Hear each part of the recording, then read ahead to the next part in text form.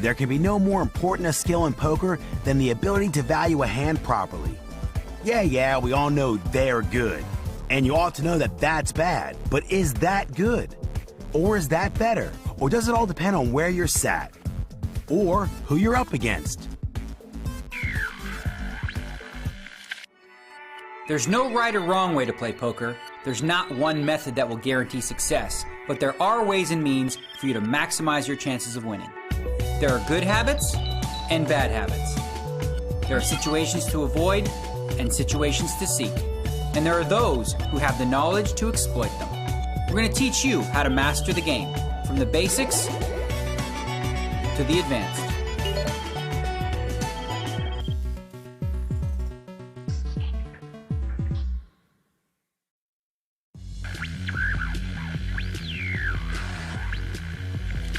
In the last show, we covered all the basics, everything you need to get started in the game. We cleared up what beats what, how the rounds of betting work, and what happens when you get to showdown. Now you know the basics, it's time to get to grips with which cards you should play. Today's show, ladies and gents, is all about starting hands. Yep, today we're going to teach you which cards you should play and which you should throw away. A typical show includes some distinct elements: a tutorial, which runs you through the general principles, the pro analysis segment, where a hand is dissected in detail, and the pro tips section, where we get advice from the biggest names in the game, all focused on helping you improve your skills at the table. And who knows where that could lead. This show looks at poker played all over the world, but today we travel to Barcelona, where we get an insight into the minds of 4 of the world's best: Barbero, Jurgensen, Barry, and Negreanu. Analysis today comes courtesy of 2005 World Series of Poker champion Joe Hasham and 4 times World Series title winner Daniel Negreanu, who together boast $25 million in live tournament winnings. Priceless tips will be shared by one of poker's hottest properties and the winner of 3 major titles, Jason Mercier. And you'll find out which are the trickiest cards to play as we explore the horror hands. Okay then, as promised, let's kick off with the first tutorial. There are 2 basic groups of starting hands: paired and non-paired hands. Let's look at paired hands first. A pair of aces is the strongest starting hand you can have. And the lower the rank of the pair, the lower the value of your starting hand. Pocket aces and pocket kings and queens are all regarded as monster hands and should be played pretty much every time. Jacks through to 8s are considered medium-sized pairs. They are still strong, but a bit more vulnerable.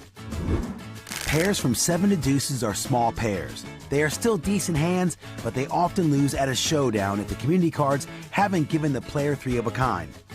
The strength of non-paired hands varies a lot. Some hands like ace-king suited are very good. Some are extremely weak. The worst hand you can have is 7-deuce offsuit. This is because it is very unlikely to make a straight or flush with these cards, and if you do make a pair, it'll have a poor kicker. Judging the strength of non-paired hands is not as straightforward as evaluating pairs. Let's go into more detail. There are 3 factors to determine the strength of non-paired starting hands. The most important one is high card value. The higher the cards, the better. It is particularly good to have 2 very high cards. That way you can hit top pair and use the second card as a strong kicker. Having only 1 big card is much less favorable. You have only half as much of a chance to hit a big pair on the flop. And if you do, you can easily be beaten by the same pair with a better kicker.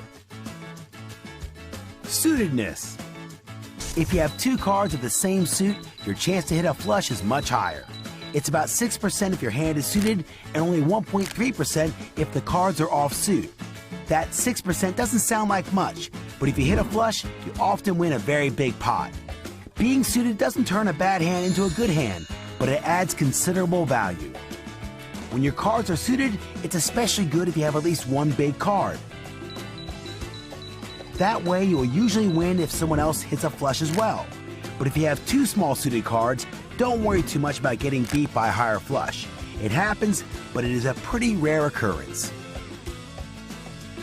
This is only true if there are 3 of the same suit on the board, though.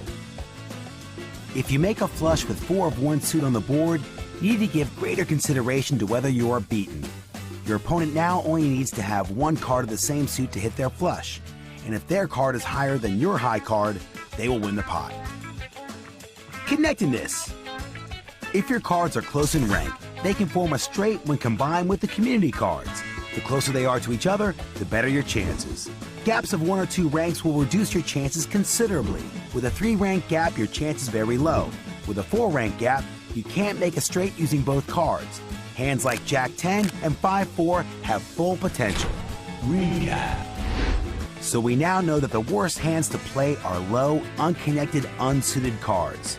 7-2 being the worst hand. Your chance of making straights, flushes, and pairs high enough to win the pot are very low. If you get dealt these kinds of hands, fold them. They will end up costing you a lot of chips in the long run. Now you know what to consider when judging the strength of your starting hand. Holding. Everything you wanted to know about poker is divided into 2 levels.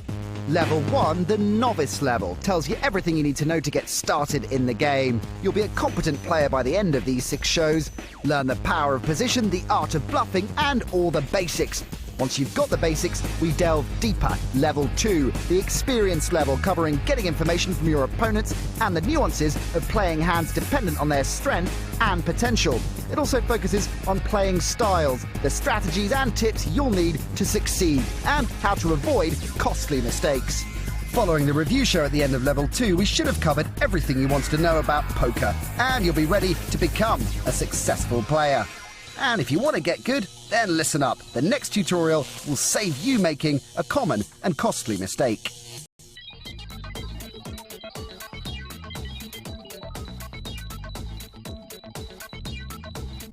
They say that curiosity killed the cat, but it's done for many a novice poker player too. One of the most common mistakes a newbie makes is to see too many flops. They can't resist it. Too many times when confronted with average cards, they call to see a flop. This is called the limp. Just because you see more hands, it doesn't mean you're going to win more chips. This tutorial is going to show you some tips on how to play with conviction. We're here to help. Raise or fold. Calling isn't illegal, but typically, you should raise or fold. If you have a strong hand, raise. If you have a weak hand, fold. It sounds simple enough, right? If you're not sure, don't play. Sometimes you might not be sure if a hand is strong or weak. King Jack looks nice, but what if the guy next to you has King Queen? In this situation where you are unsure, just fold. You must be sure of how you play in poker. Play with conviction, don't limp. Raise 3 times the big blind. In this example, the blinds are 50, 100, so you should raise to 300. This will get rid of some of the weaker hands that could come back to bite you if you're not careful. Simple, no? Follow these straightforward rules and you will save yourself losing chips and playing pots when you're just not sure. Play with conviction, people. Raise or fold. Avoid the limp. We've covered the limp, now let's examine some other poker terminology. You have a big hand? Raise when he's behind and check when he's ahead. Something tells me you have a monster. As we take a look at some nicknames given to different pocket pairs. As you can imagine, the best pocket pair in poker has lots of nicknames. Bullets, American Airlines, and Pocket Rockets, to name just a few. Next up, we meet the Cowboys. Yee-haw! The name given to 2 kings. Howdy. But we mustn't forget their prettier other halves, the ladies. 2 queens. The Hooks. Jack's got a name based on the shape of the letter J. Makes sense? Wheelchairs. The name for a pair of 5s. Logical. And last but not least for today, a friendly pair of ducks. The name given to a pair of 2s. Quack, quack indeed. Now, here's some advice from one of the best in the business. 2005 World Series of Poker champ Joe Hasham analyses a hand for us.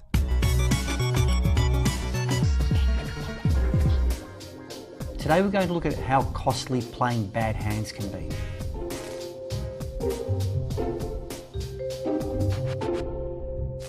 We have Boomer in middle position with a premium hand, a pair of queens.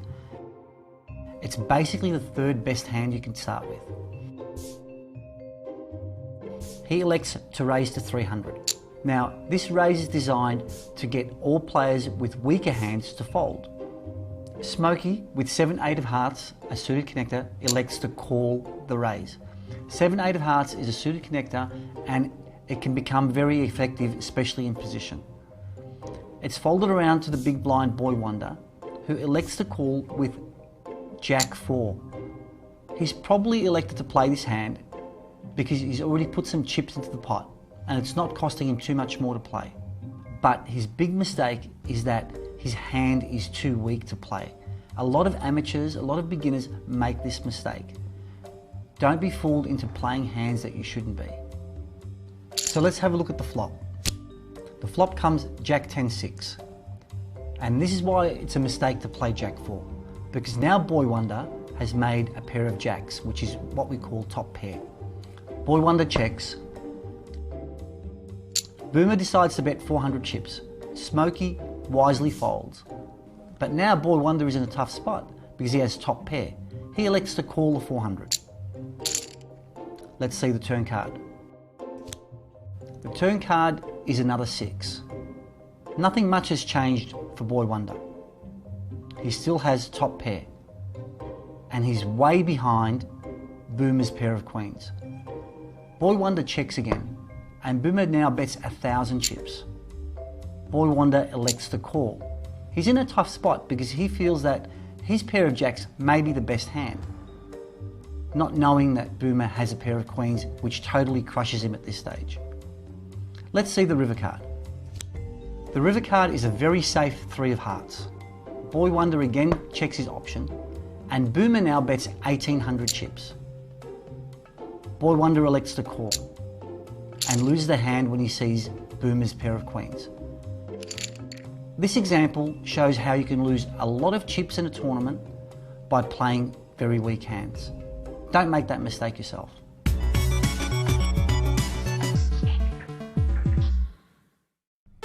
If you want to learn more about poker, then go to pokerstars.com.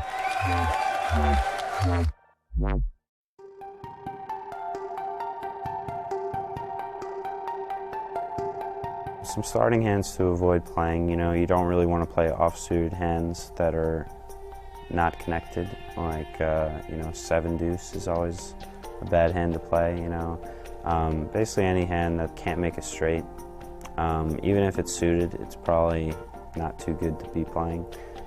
Hands like Queen 5 suited and things like that.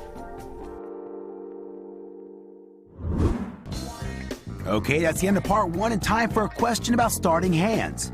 It's all well and good having ace-jack, but how does your hand fare against a low pocket pair? Fret not, we're here to help. But before we do, let's see if you can work one out for yourselves. If you have ace-jack off and your opponent has a pair of 6s, what percentage chance do you have of winning the hand? Answer after the break.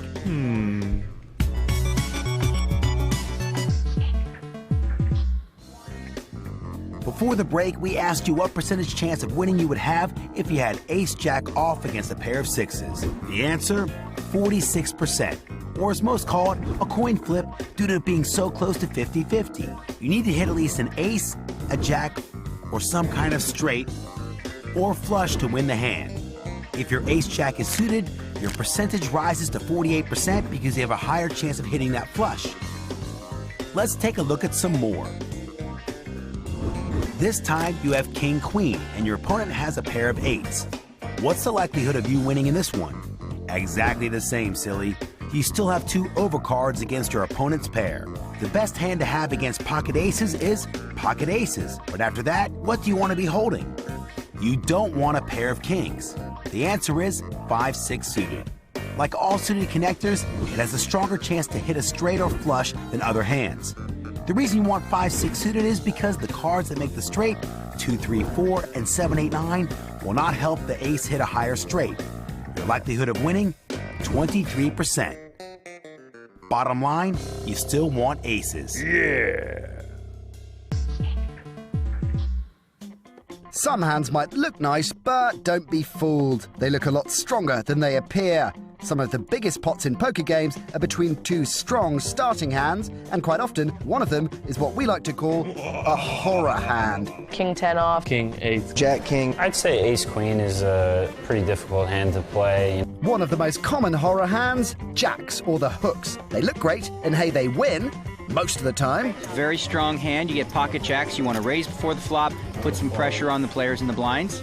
But ponder this, on the flop, more than half the time, you'll find at least one overcard, a queen, a king, or an ace. The question is whether your opponents are holding one. Our advice? To minimise the number of players in the hand by playing aggressively. Limit your post-flop opponents, and you'll reap the benefits.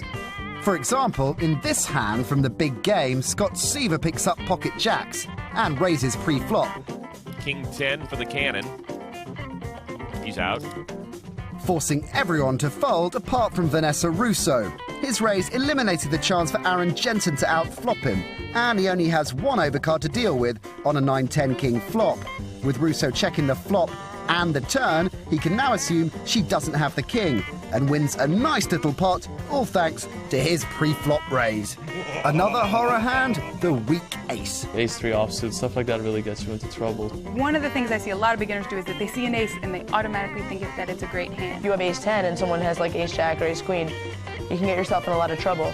In this hand, two opponents make a pair of aces on the flop, but one of them is destined to lose a lot of chips. Ooh, here could be some trouble for Maslov. They both flopped aces. This is what makes an ace with a weak kicker a horror hand. There's always the chance your opponent has an ace with a better kicker, and it's not easy to fold top pair. So there you have it. Always beware jacks and the ace with a weak kicker. Beware, people, beware. Now, you might want to watch out for one hand in particular. Here's Daniel Negreanu, the man with the highest tournament earnings of all time, to explain.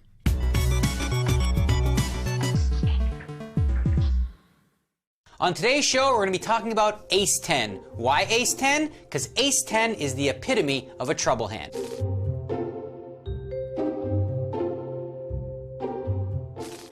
On this hand, we have an amateur, Ernest Wiggins, playing on the big game against some professional players. Now, here he's dealt ace 10 offsuit right next to the button, and he decides to just call. I don't like this play at all. If you're going to play ace 10, which is a marginal hand, you need to be the aggressor. You need to be raising or folding. And I think with this hand in late position, it's certainly worth a raise, so that's what he should have done. Instead, he just calls. Now I fold. Doyle Brunson, he calls from the small blind, and in the big blind, Phil Locke has absolutely nothing, a queen 6 offsuit. And he decides to raise the pot, okay? Now, you've got your ace 10, you've limped in, and what you've allowed to have happen here is Phil Locke is bullying you. He doesn't know here that Phil Locke has queen 6. Phil Locke could have one of those hands that have him dominated. Ace jack, ace queen, ace king, or even jacks, queens, kings, or aces. Had you raised with ace 10 coming in, everybody folds, you pick up the pot, which is the ideal situation with a hand like ace 10. You don't really want anyone to call because there's so many hands better than ace 10. So really, it's basically like a hand you want to steal with. What you don't want to do is play it weak, limp in, and then be forced to fold to a raise. I do like the fold though, because once you've limped in and you've been raised, you don't want to defend with ace 10. You're always better being the raiser than the caller.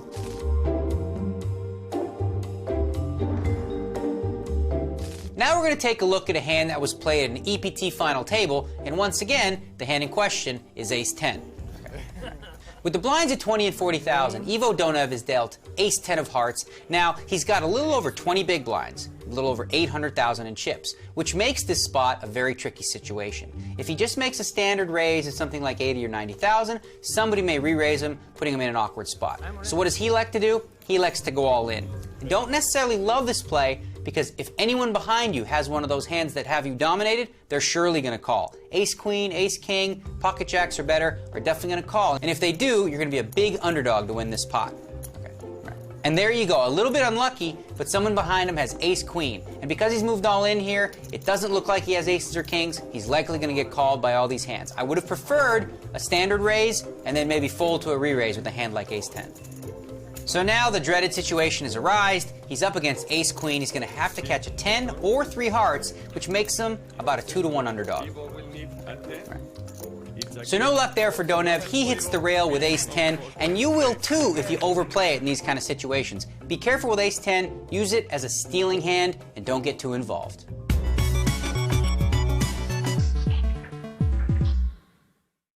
Thanks, Daniel, for clearing that up. Now, decisions in life are often down to one's own personal preference, but in poker, the decisions we make are based on minute, detailed calculations. Most of the time.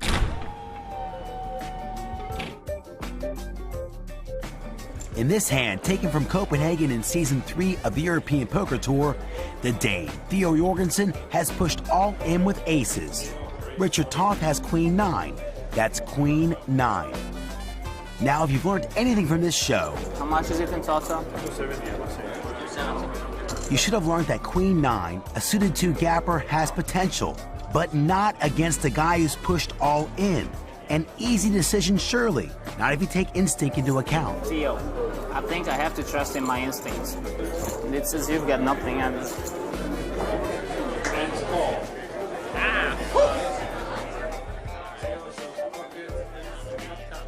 Well, your instinct was wrong, Richard. Or was it? Oh my goodness. And there's the 10 of hearts. A flush on the river. Nice catch. His instincts were right. Go figure. If you want to watch the show again, recap previous episodes, or join the series at a more advanced level, then go to everythingpoker.com. What do you want to drink? Theo, I think I have to trust in my instincts. Please, stop. Not again.